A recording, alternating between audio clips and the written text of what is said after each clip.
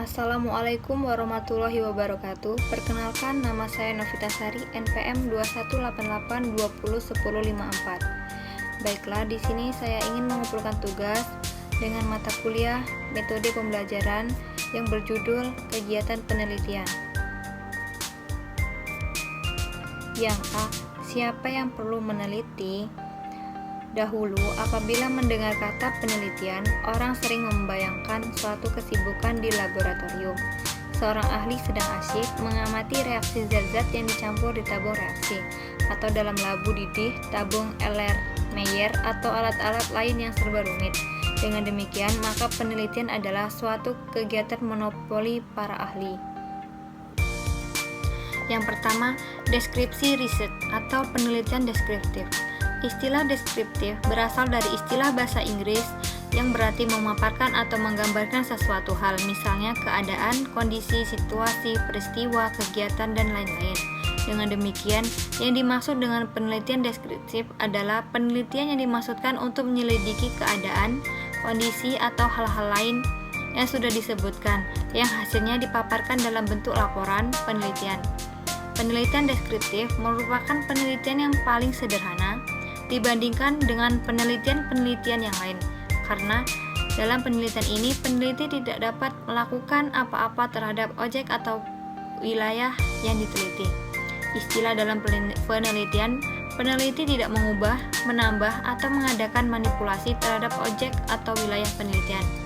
Dalam kegiatan penelitian, peneliti hanya memotret apa yang terjadi pada diri objek atau wilayah yang diteliti, kemudian memaparkan apa yang terjadi dalam bentuk laporan penelitian secara lugas seperti apa adanya. Yang B, bagaimana peneliti dilakukan? Pertanyaan ini mempunyai makna yang jawabannya tidak lain adalah jenis-jenis cara penelitian, atau jenis penelitian ditinjau dari caranya. Secara garis besar, peneliti dapat melakukan penelitian dari yang sifatnya pasif, hanya meneliti objek yang ada di suatu kancah, sampai dengan jenis penelitian yang menuntut peneliti untuk melakukan sesuatu. Dari tinjauan ini, ada 3 cara penelitian yang dilakukan, yaitu: yang pertama, deskripsi riset atau penelitian deskriptif. Istilah deskriptif berasal dari istilah bahasa Inggris yang berarti memaparkan atau menggambarkan sesuatu hal, misalnya keadaan, kondisi, situasi, peristiwa, kegiatan, dan lain-lain. Dengan demikian, yang dimaksud dengan penelitian deskriptif adalah penelitian yang dimaksud untuk menyelidiki keadaan, kondisi, atau hal lain-lain yang disudah. Berikut adalah menjelaskan dari masing-masing dari 4 jenis. Yang pertama, A. Penelitian deskriptif murni atau survei. Penelitian deskriptif ini merupakan penelitian yang benar-benar hanya memaparkan apa yang terdapat atau terjadi dalam sebuah kancah, lapangan, atau wilayah tertentu. Data yang terkumpul diklarifikasikan atau dikelompok-kelompokkan menurut jenis, sifat, atau kondisinya. Sesudah datanya lengkap, kemudian dibuat kesimpulan. Contohnya, yaitu sebagai salah satu contoh penelitian deskriptif murni adalah penelitian tentang keadaan sebuah desa nelayan. Oleh peneliti dipaparkan luas daerah, keadaan geografis, banyaknya keluarga, banyaknya penduduk, kebiasaan mencari ikan, alat-alat yang digunakan, hasil rata-rata setiap hari, modal yang pernah diterima dari pemerintah, dan kehidupan.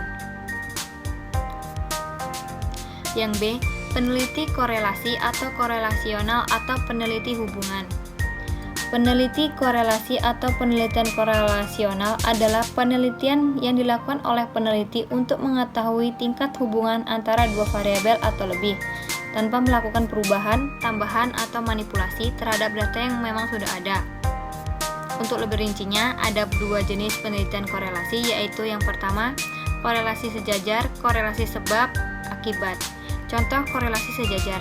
Peneliti bermaksud untuk mengetahui apakah ada hubungan korelasi antara usia dan dengan kesehatan penduduk. Dan contoh korelasi sebab akibat, peneliti bermaksud untuk mengetahui apakah ada hubungan korelasi antara tingkat pendidikan penduduk dengan tingginya penghasilan. Dan yang C, penelitian komparasi. kata komparasi dalam bahasa Inggris yaitu perbandingan.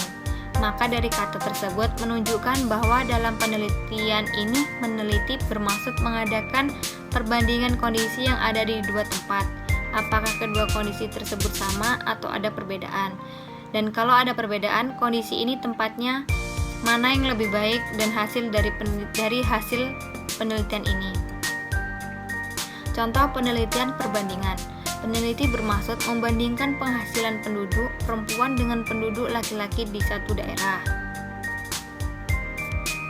Contoh lain dari peneliti deskripsi komparasi atau perbandingan, guru peneliti yang mengajar di sebuah SMP merasakan adanya perbedaan prestasi belajar siswa SMP yang berasal dari MI dan SD meskipun tidak seluruhnya begitu.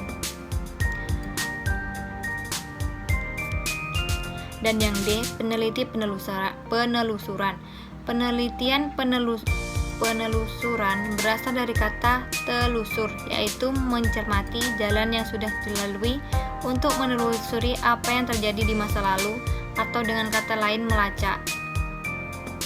Contohnya, di sebuah lembaga pendidikan yang lain yang melakukan tindakan terhadap peserta didik pada masa tertentu, kemudian ingin mengetahui apakah tindakan yang diberikan pada masa itu bermanfaat bagi lulusan yang sudah menempati tempat bekerja di masyarakat. Yang kedua,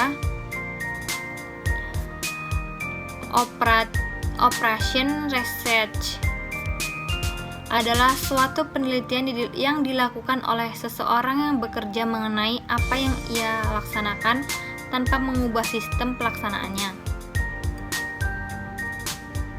Dan yang ketiga, eksperimen.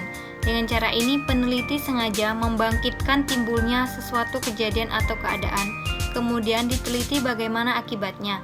Dengan kata lain, eksperimen adalah suatu cara untuk mencari hubungan sebab akibat, hubungan kausal antara dua faktor yang sengaja ditimbulkan oleh peneliti dengan mengeliminasi atau mengurangi atau menyisihkan faktor-faktor lain yang mengganggu. Baiklah, itu tadi materi yang dapat saya sampaikan. Saya akhiri. Wassalamualaikum warahmatullahi wabarakatuh.